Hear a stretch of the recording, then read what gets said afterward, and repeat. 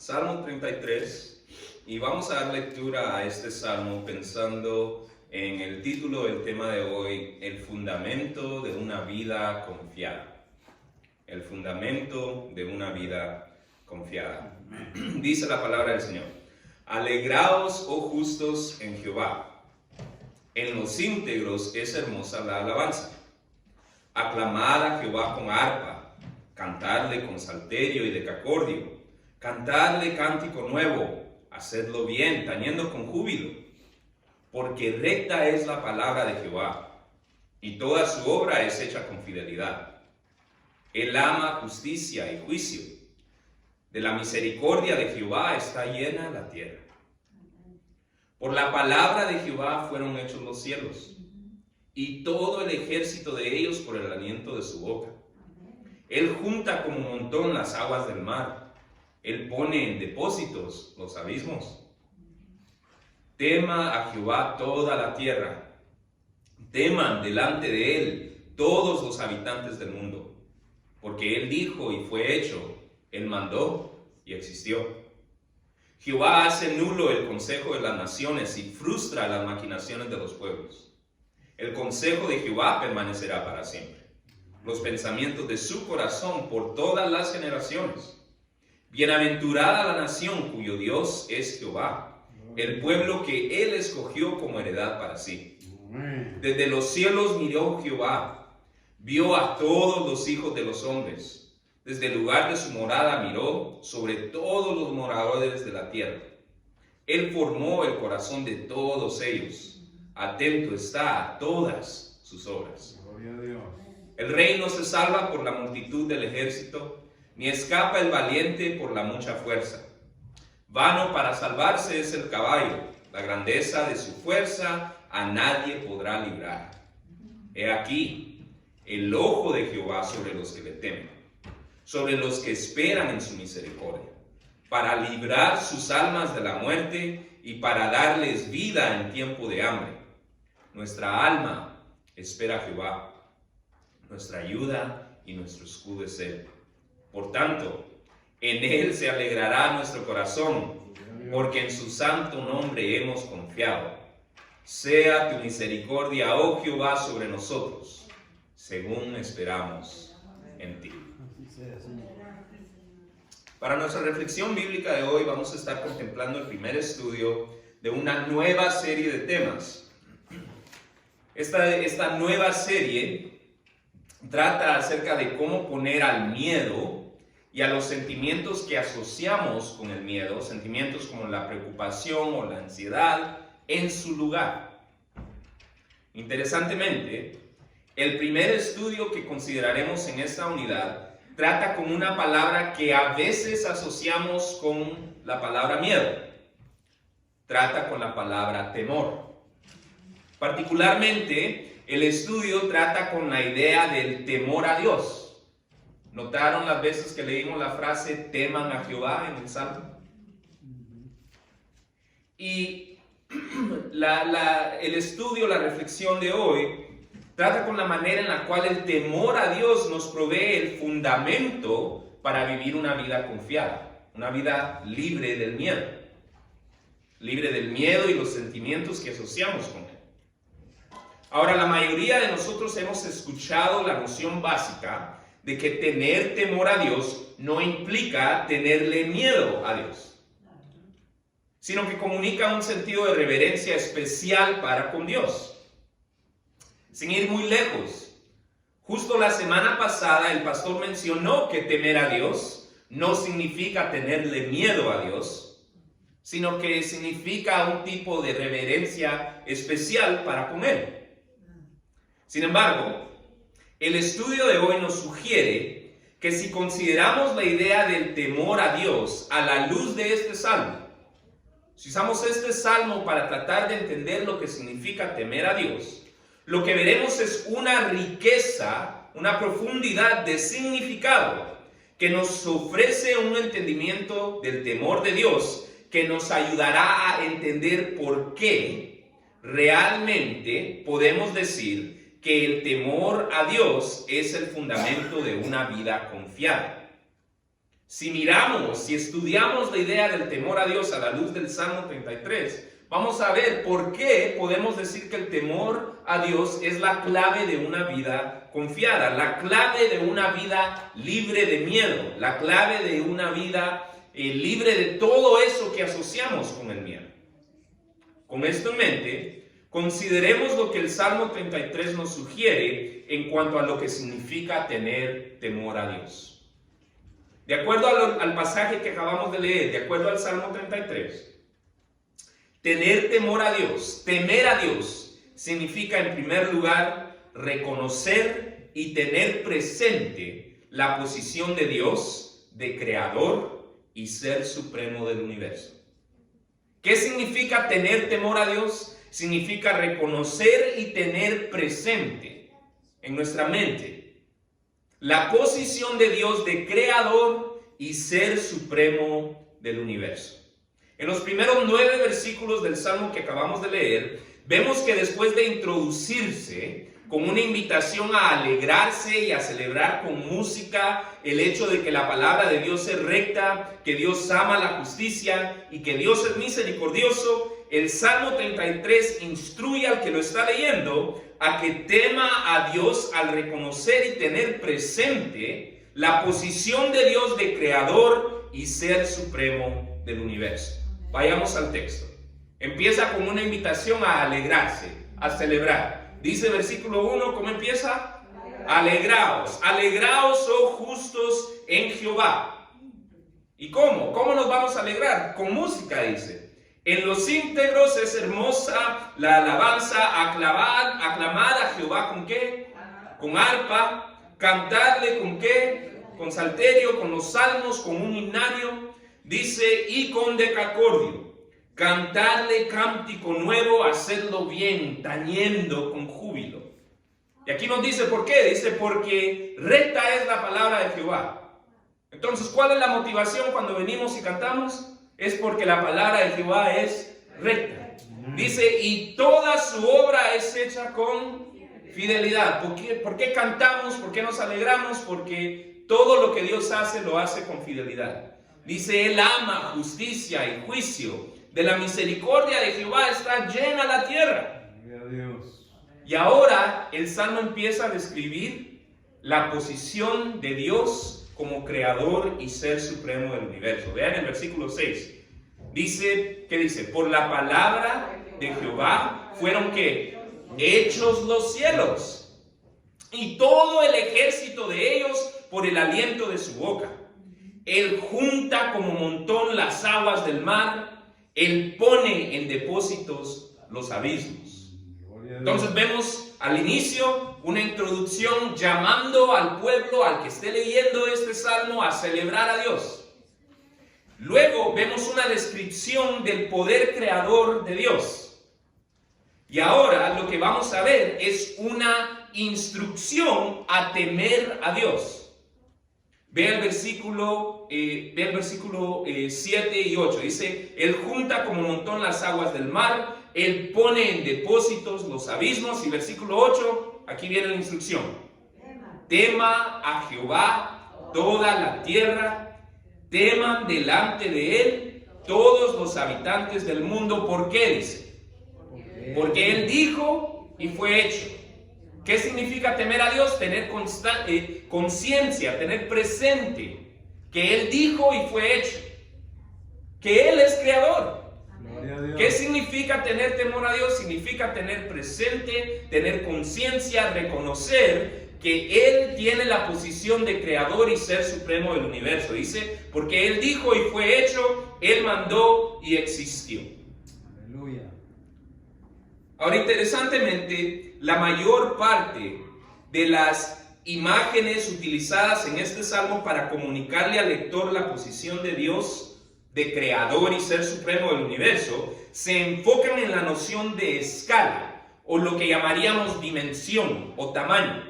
¿A qué me refiero? Mire, en primer lugar, el salmo invita al lector a considerar los cielos. Dice, por la palabra de Jehová, versículo 6, por la palabra de Jehová fueron hechos los cielos y todo el ejército de ellos por el aliento de su boca. Ahora, la frase que la traducción Reina Valera 60 traduce como los cielos, y la frase que la Reina Valera traduce como y todo el ejército de los cielos. La frase los cielos se refiere a los cuerpos celestiales básicos, el sol, la luna. Y la frase y los ejércitos de los cielos se refiere en el lenguaje original al sinfín de estrellas que se observan en el cielo. Ahora, ¿qué tiene esto que ver con la noción de escala, dimensión o tamaño? Bueno, cuando consideramos el hecho de que la ciencia moderna nos dice que las estrellas son esencialmente otros soles a distancias inconcebibles, que la ciencia moderna nos dice que aún nuestro Sol, que es una estrella de tamaño promedio, una estrella de tamaño promedio, es decir, hay estrellas más grandes que el Sol. Entonces, cuando consideramos que la ciencia moderna nos dice que las estrellas son otros soles, que nos dice que nuestro Sol aún es un sol, es una estrella de tamaño promedio, que dicho sea de paso, ¿sabe cuántas veces cabe el planeta Tierra en el Sol? Si tomaríamos el planeta Tierra y tratáramos de llenar el Sol con el planeta Tierra, cabería 1.3 millones de veces el planeta Tierra. Póngase a pensar en lo grande que es este espacio en el que vivimos, y ahora multiplique eso por 1.3 millones. Ese es el tamaño del Sol. Entonces, una cosa nos queda clara. Nos queda claro que en términos de escala, de dimensión o de tamaño, el ser humano, y es más, toda la historia humana es minúscula. Es minúscula. Somos minúsculos. Somos pequeñitos. ¿Ya? Cuando nos ponemos a pensar que las estrellas son otros soles, que existen soles más grandes que el que nosotros vemos, que el sol que nosotros vemos le pueden caber la Tierra 1.3 millones de veces. ¿De qué tamaño somos nosotros? Pero mire, aun si no tuviéramos toda la información que la ciencia moderna ahora nos provee, cualquier persona que ha tenido la oportunidad de contemplar un cielo lleno de estrellas diría lo mismo. ¿No cree? Yo creo que la mayoría de nosotros somos originalmente de lugares donde se pueden ver las estrellas. Aquí en Los Ángeles no se pueden ver. Sí, hay mucho de lo que llaman contaminación lumínica, es decir, hay demasiada luz artificial para ver las estrellas. Pero si usted ha tenido la oportunidad de salir de la ciudad lo suficiente como para ver el sinfín de estrellas por la noche, y si ha tenido la oportunidad de solo contemplar el sinfín de estrellas por la noche, creo que esto lo ha hecho ver lo pequeño que uno es, ¿no? ¿No lo ha hecho esto contemplar la pequeñez de su ser? Mire, y lo mismo se puede decir de la descripción que el Salmo hace acerca de Dios, acerca de cómo Dios junta como montón las aguas. Dice versículo 7, dice, Él junta como montón las aguas del mar, Él pone ¿en qué? En depósitos los abismos. En el lenguaje original, la palabra junta como montón, ¿sabe a qué se refiere? A poner cosas en jarros. En jarros. Él junta en jarros las aguas de los mares. Sí, ¿sabe cuáles son los abismos? Los abismos son las profundidades del mar. Y dice que las profundidades del mar, Él las pone en depósitos. Esta palabra depósitos en el lenguaje original se refiere a cosas como bodegas o lo que hoy llamaríamos un garage. Entonces, ¿qué pone el Señor en jarros? Los mares. ¿Qué pone en su garage? Los abismos. Interesante, ¿no? Interesante. Aún más cuando consideramos que la ciencia actual estima que hay 352, y le juro que este no es un número inventado, 352 quintillones de galones. ¿Qué es un quintillón? Un quintillón es 100,000 millones de millones. Entonces tome 1,000,000, multiplíquelo por otro 1,000,000 y multiplíquelo por 100,000 y ese es un quintillón. ¿Sabe cuántos galones existen en los mares? 352 quintillones. Ahora, ¿cuántos galones les caben a ustedes en los jarros que usamos en casa? 5. Sí, 5. 5 de los grandes. Tal vez si tienen uno de los medianos son 3. ¿Ya? Pero, ¿sabe qué pone el Señor en jarros? Como nosotros ponemos esos 5 galones. En jarros Él puede poner 352 quintillones de galones de agua. Interesante, ¿verdad? ¿Sabe qué es lo que nos dice la ciencia en términos del punto más profundo del mar? Los abismos. El punto más profundo del mar. El punto más profundo del mar está a 7 millas. Es decir, 11 kilómetros debajo de la superficie. 11 kilómetros debajo de la superficie. Y esas profundidades son tan cotidianas para Dios como son las cosillas que nosotros guardamos en el garage.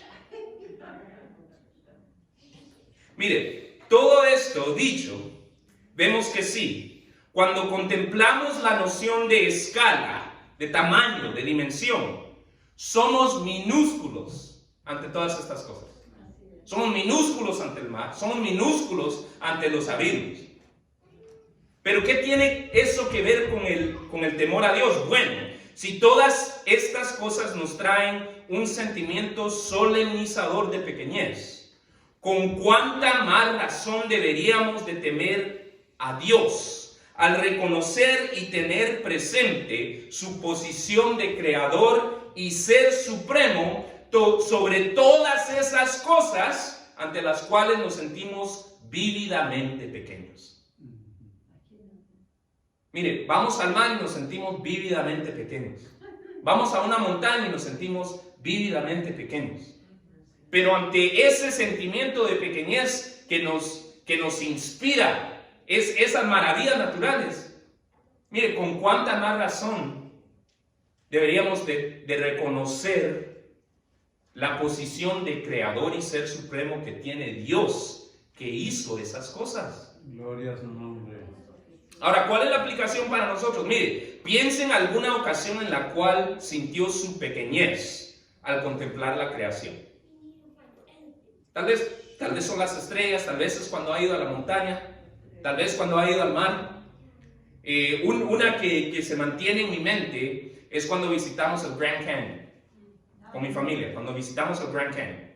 Mire, el tamaño, la dimensión, la escala de ese lugar es solemnizador. Ante tal maravilla de la creación, recuerdo haber sentido vívidamente lo pequeño que yo soy. Lo cual significó que mientras estábamos, cuando andábamos caminando por ahí, a pesar de tomarnos algunas fotos que dan la impresión de ser atrevidas, porque nos tomamos unas fotos que daban la impresión como que si estábamos a la orilla, pero no estábamos a la orilla. ¿Me explico? Porque a pesar de tomarnos esas fotos, la realidad es que el cuidado, la conciencia, la intención con la que me encontré dando cada paso mientras estaba en ese lugar era muy, muy diferente a la manera con la que yo me paseo en el patio. No, es que en ese lugar había que caminar con cuidado. Con cuidado, con temor. Sí, y en el momento, con lo activo que son mis hijos, ni me imagino ir a ese lugar con ellos. A menos de que los tenga bien amarrados. Tal vez los necesito de mochila para ir a ese lugar. ¿Me explico? Ahora, no diría yo que le tengo miedo al Grand Canyon. Es un lugar hermoso. Es maravilloso. Pero ciertamente la manera en que me movilicé ahí, consciente de mi pequeñez, fue muy intencional, muy precavido. Ahora, ¿qué tiene que ver todo eso con el temor a Dios? Bueno, ¿quién es el ser que creó el Gran Cañón? El Señor. Sí, fue Dios. ¿Con cuánta más razón no he de ser consciente e intencional en mi caminar delante de Él? Entonces, ¿cuál es la pregunta de reflexión? La pregunta de reflexión es: ¿cuándo fue la última vez que reconoció, que hizo conciencia de, que realmente se detuvo a pensar y a meditar en la posición de Dios de creador y ser supremo de todo el universo? ¿Cuándo fue la última vez que se puso solo a pensar en la magnitud del poder de Dios? ¿Será que la razón por la cual a veces nuestro caminar por la vida es descuidado es el hecho de que hemos perdido de vista la realidad solemnizadora de la posición de Dios de creador y ser supremo del universo? Tomemos un momento, aún ahora mismo, tome un momento, detengámonos, reflexionemos, pensemos en la inmensidad inconcebible del poder de Dios. Piensen eso. La Tierra cabe 1.3 millones de veces en el Sol. Hay 352 quintillones de galones en el mar. Quintillones. 100.000 millones de millones. La profundidad del mar es de 11 kilómetros bajo la superficie. 11 kilómetros. Mire, el Empire State Building no llega a 1 kilómetro de altura. ¿Me explico? Y 11 kilómetros de profundidad en el mar. Consideremos eso y consideremos el ser que creó todo eso. Y permitamos que dicha conciencia de la posición de Dios de creador y ser supremo del universo impacte debidamente nuestro caminar.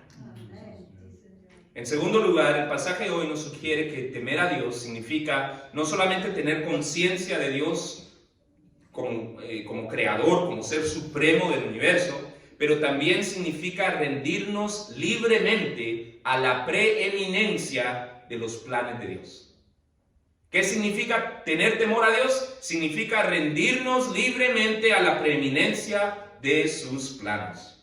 En los versículos 10 al 15 vemos una bienaventuranza para aquellos que temen a Dios, rindiéndose libremente a la preeminencia de sus planes. Vayamos al texto.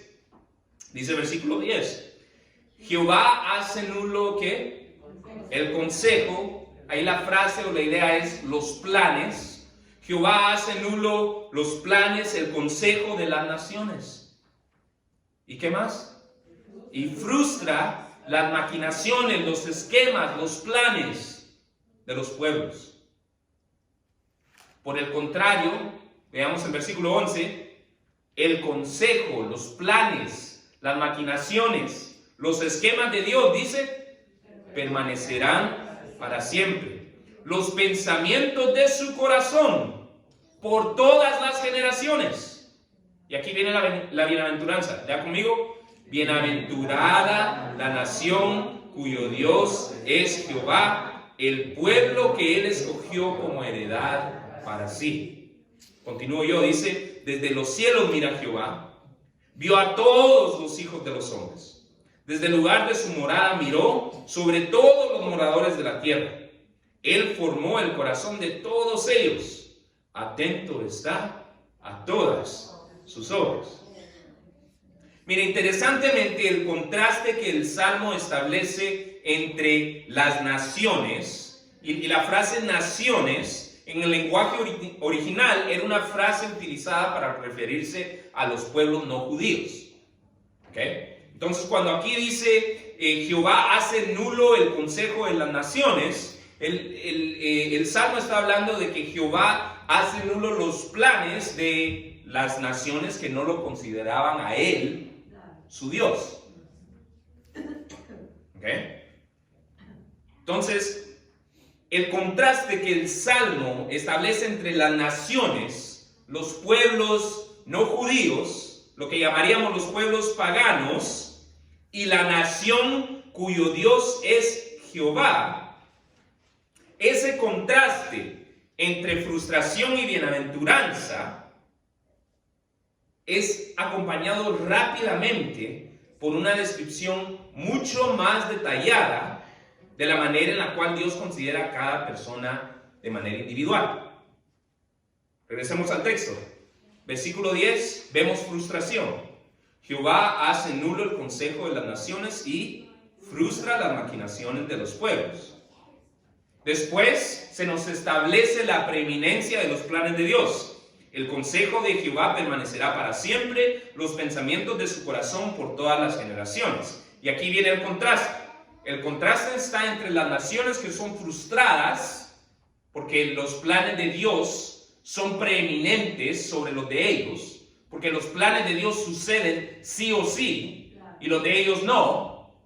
Entonces está el contraste entre ellos, que sienten frustración por eso, y está el pueblo de Dios que es bienaventurado. Lea el versículo 12. ¿Pero qué? Bienaventurada la nación cuyo Dios es Jehová, el pueblo que él escogió como heredad para sí. Entonces, después de este contraste entre frustración y bienaventuranza entre naciones, hay un interesante cambio de enfoque, porque aquí se nos está hablando de naciones no judías y la nación que tiene a Dios como su Dios, a Jehová como Dios. Y el contraste es frustración versus bienaventuranza. Y luego de hacernos ese contraste a nivel nacional, vemos el versículo 13. Dice, desde los cielos miró Jehová y vio ¿qué? A todos los hijos de los hombres. ¿Vio solo a las naciones no judías? No. ¿Vio solo al pueblo que tiene a Jehová como Dios? No, dice vio a todos los hijos de los hombres. Desde el lugar de su morada miró ¿qué? Sobre todos los moradores de la tierra. Él formó el corazón de ¿cuántos? De todos ellos. Y atento está ¿a qué? A todas sus obras. Hay un cambio de enfoque ahora, ¿no? Mire, vuelva a leer para sí esos versículos sin las palabras todos y todas. ¿Ok? Leamos otra vez esos versículos sin las palabras todos y todas. Desde los cielos miró Jehová, vio a los hijos de los hombres. Desde el lugar de su morada miró sobre los moradores de la tierra. Él formó el corazón de ellos. Atento está a sus obras. Ahora, contraste eso a leerlo como está escrito. Leámoslo como está escrito. Desde los cielos miró Jehová, vio a todos los hijos de los hombres. Desde el lugar de su morada miró sobre todos los moradores de la tierra. Él formó el corazón de todos ellos. Atento está a todas sus obras. ¿Nota alguna diferencia en percepción de esos versículos? Cuando dice todos y cuando no. Para mí, yo siento una diferencia cuando leo todos, mientras a comparación a cuando no lo leo. Si excluimos la palabra todos, estos versículos se leen de manera más general, de una manera que nos permiten escondernos en la multitud y sacarle la vuelta a la responsabilidad individual, sea al satisfacernos con ser parte de una nación cristiana, lo cual, dicho sea de paso, por más que la retórica política, aún la retórica aspiracional cristiana diga que este país es una nación cristiana, yo personalmente creo que la verdad acerca de los Estados Unidos es que no es una nación cristiana. Los Estados Unidos no es una nación cristiana. Y creo que sería mejor para la iglesia en los Estados Unidos si la iglesia reconociera que este lugar es un lugar pagano. Y sería mejor para la iglesia porque entonces la iglesia empezaría a pensar cómo evangelizar este lugar. Pero bueno, eso es otro tema. Si vamos al punto, si vamos al tema, si quitamos la palabra todos, estos versículos se leen de una manera general que nos permiten sacarle la vuelta a la responsabilidad individual. Es decir, nos podemos escudar diciendo, bueno, haga lo que haga, al fin y al cabo, vivimos en una nación cristiana. Y aquí dice, bienaventurada la nación cuyo Dios es Jehová. Entonces, haga lo que le haga yo, al fin de cuentas, vive en una nación cristiana. O si lo leemos sin este todos, también puede ser que le saquemos la vuelta a la responsabilidad individual al excusarnos, pensando, ay, bueno, ¿qué más quiere Dios que haga? Al fin y al cabo, vivimos en una nación no cristiana. ¿Cómo se va a esperar de que yo actúe de una manera diferente si vivo en una nación pagana? Sin embargo, al leer los versículos como están escritos, para mí hay algo más personal cuando leo que Dios ve a todos los hijos de los hombres. Cuando yo leo que Él ve a todos los moradores de la tierra. Cuando yo leo que Él ve todas las obras de ellos. Porque Él formó el corazón de todos ellos. Para mí es la diferencia entre decirle a mis hijos, recojan sus juguetes, versus decirles que recojan todos los juguetes. ¿Ya? Ellos escuchan esa diferencia también. O la diferencia entre decirles, quiero que se coman su comida, versus decirles, quiero que se coman toda su comida. Hay una diferencia en énfasis ahí. Ahora bien, ¿qué tiene que ver esto con el temor a Dios? Bueno, la realidad es que los planes de Dios no solamente son preeminentes de tal manera de frustrar o bendecir a naciones enteras, de acuerdo a si estas son naciones cuyo Dios es Jehová o no. Los planes de Dios son preeminentes de tal manera de frustrar o bendecir a individuales, a personas individuales, de acuerdo a si ese individual, con todas las características particulares de su ser, las cuales Dios conoce a profundidad, habiendo formado el corazón de cada uno de nosotros, es una persona cuyo Dios es Jehová o no. La persona que teme a Dios al rendirse libremente al hecho de que los planes de Dios, el consejo de Jehová permanecerá para siempre, que los pensamientos de su corazón son por todas las generaciones. La persona que se rinde libremente a la preeminencia de los planes de Dios será bienaventurado, de la misma manera que una nación que se rinde a los planes preeminentes de Dios es bienaventurada. Y la persona que se resiste a los planes de Dios experimentará frustración, de la misma manera que una nación que se resiste a los planes de Dios experimentará frustración. Ahora, ¿cuál es la aplicación para nosotros? ¿Se ha estado sintiendo frustrado últimamente? ¿Siente como que si nada le sale de acuerdo al plan? Tal vez hemos maquinado, diseñado, planeado de un modo demasiado separado o independiente al consejo o a los planes de Dios. La frustración sucede cuando lo que nosotros creemos que debe suceder, no sucede. El pastor hablaba hace unos momentos de que a veces la ayuda no viene de quien nosotros decíamos que venga.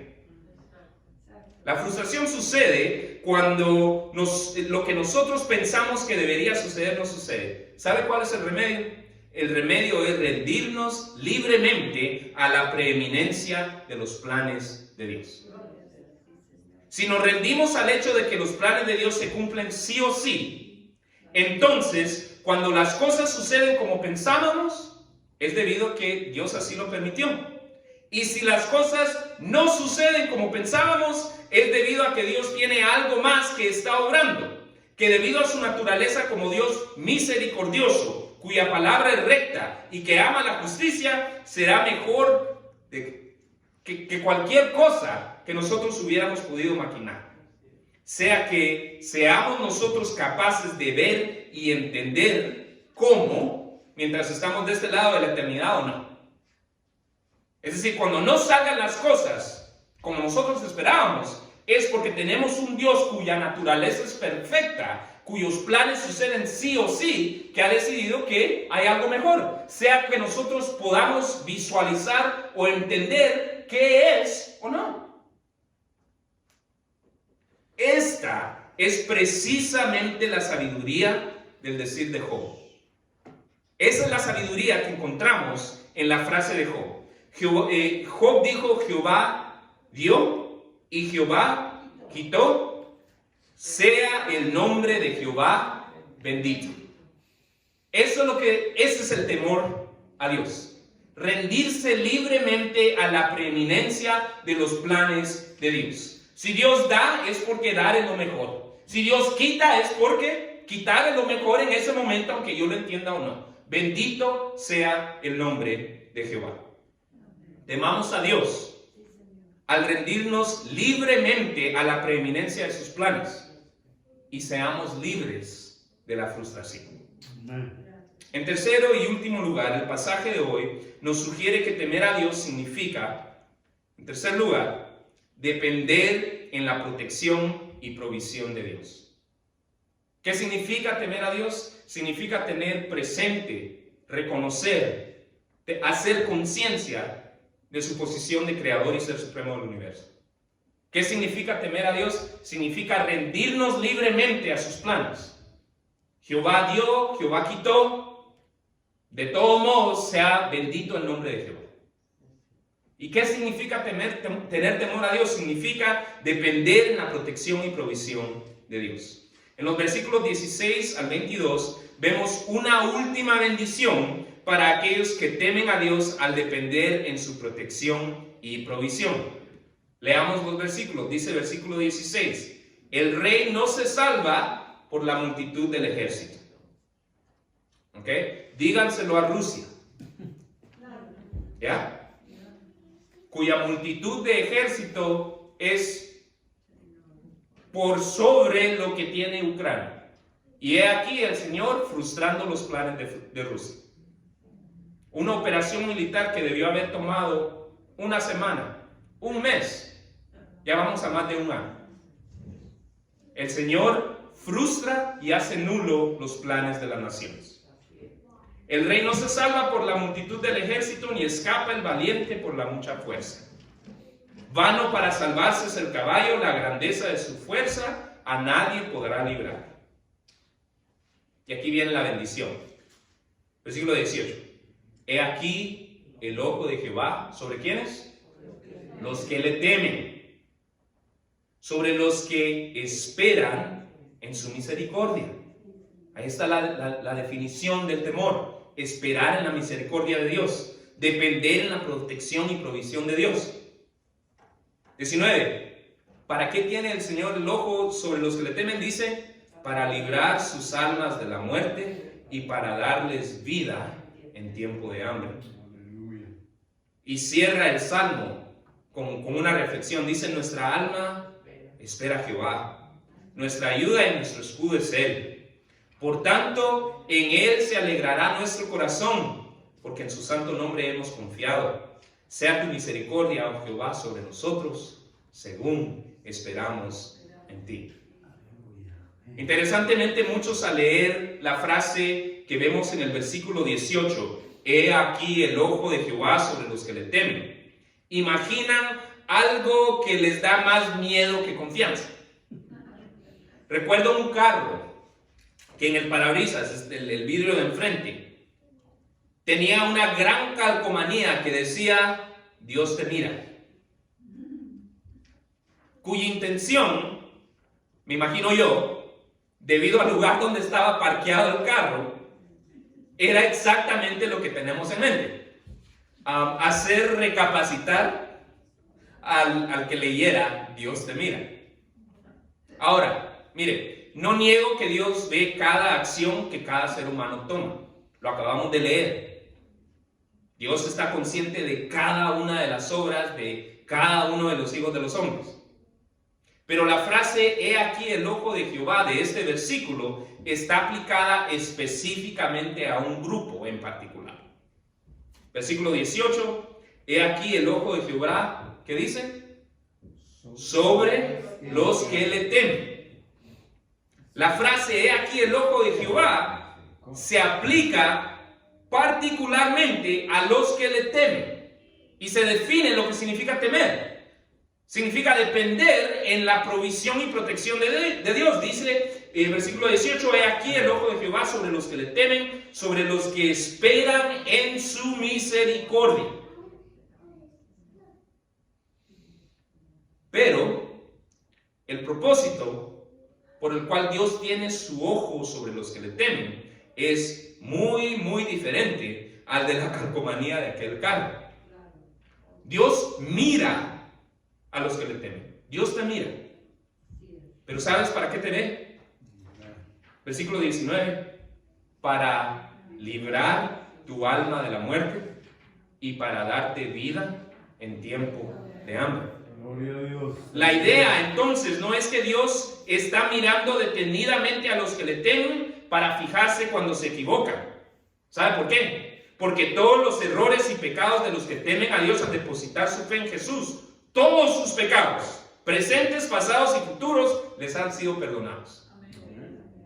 Entonces la idea es que Dios nos mira no para condenación, sino nos mira de la misma manera que nosotros miramos a nuestros hijos cuando, como parte de su desarrollo, les permitimos intentar cosas. Por ejemplo, cuando están aprendiendo a caminar, mientras que al mismo tiempo estamos pendientes de que no se lastimen. Sí, es que yo puedo ver a mis hijos de dos maneras.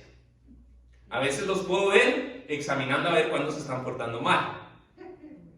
Pero cuando están haciendo algo, cuando están aprendiendo a caminar, ¿le parece conocida esta experiencia?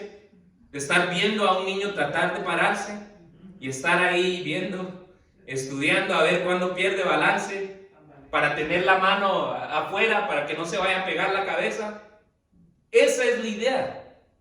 Dios fija su mirada en nosotros para evitar que nuestras almas, dice, para librar nuestras almas de la muerte, para darnos vida en tiempos difíciles. ¿Qué lo hace sentir? Saber que Dios está pendiente de los que le temen, de la misma manera que un padre o una madre están pendientes de que su hijo o su hija que están aprendiendo a caminar no se lastimen. De la misma manera, Dios le está poniendo atención a usted. ¿Qué lo hace sentir eso? Confianza, alegría, alivio. El Salmo coincide con ese sentido. Mire el versículo 20, dice: "Nuestra alma espera a Jehová, nuestra ayuda y nuestro escudo es Él. Por tanto, ¿qué? En Él se alegrará nuestro corazón". Sí, es que cuando reconocemos que Dios nos está viendo para cuidarnos, podemos vivir confiados, nos podemos alegrar. Dice: "Por tanto, en Él se alegrará nuestro corazón, porque en su santo nombre hemos confiado". Ahora, el Salmo coincide con ese sentir de sentirse confiado, sentir alivio, sentir alegría al saber que Dios nos ve. Dando a entender por qué podemos decir que el temor a Dios es el fundamento de una vida confiada. ¿Por qué podemos decir que el temor a Dios es el fundamento de una vida confiada? Porque el temor a Dios significa depender de Dios para su provisión y protección.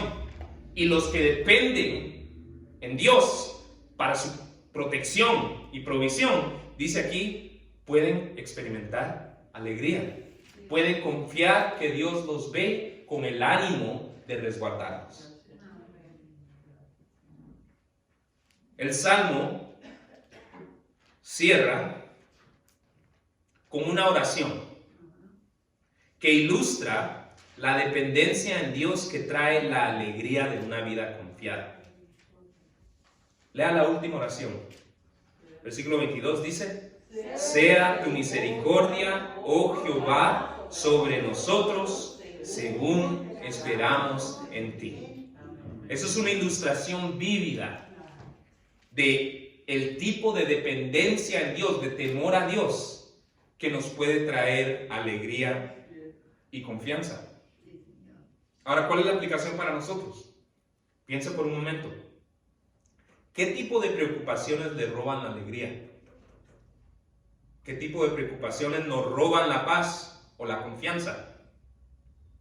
¿Será posible que perdemos la paz, la alegría o la confianza en estas situaciones debido a que hemos perdido de vista de que Dios nos mira, no para condenación, puesto que si hemos depositado nuestra fe en Jesús, nuestros pecados ya han sido perdonados?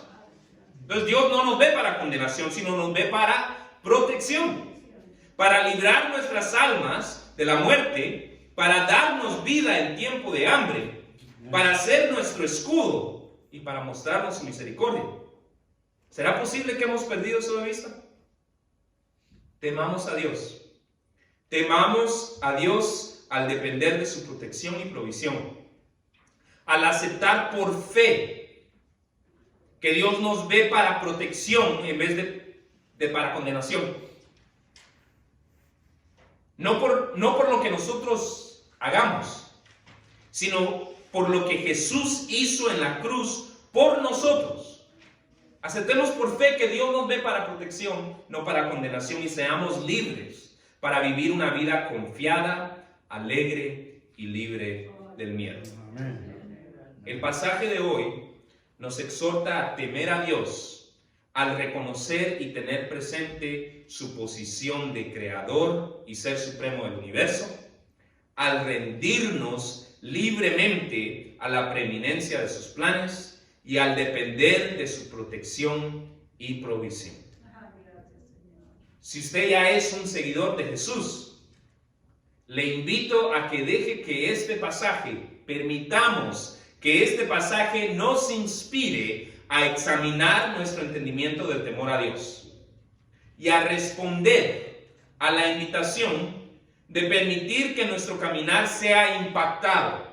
Señor, que mi caminar sea impactado a la vez que temo a ti, reconociendo y teniendo presente tu posición de creador y ser supremo del universo. Señor, permíteme ser libre de la frustración, a la vez que temo a ti al rendirme a la preeminencia de tus planes. Señor, permite que sea libre del miedo. Permite que viva una vida confiada y alegre, a la vez que temo a ti al depender en tu protección y provisión. Sabiendo que tu mirada está fija sobre nosotros, no para condenación, sino para librar nuestras almas de la muerte y darnos vida en tiempos de dificultad. Pastor.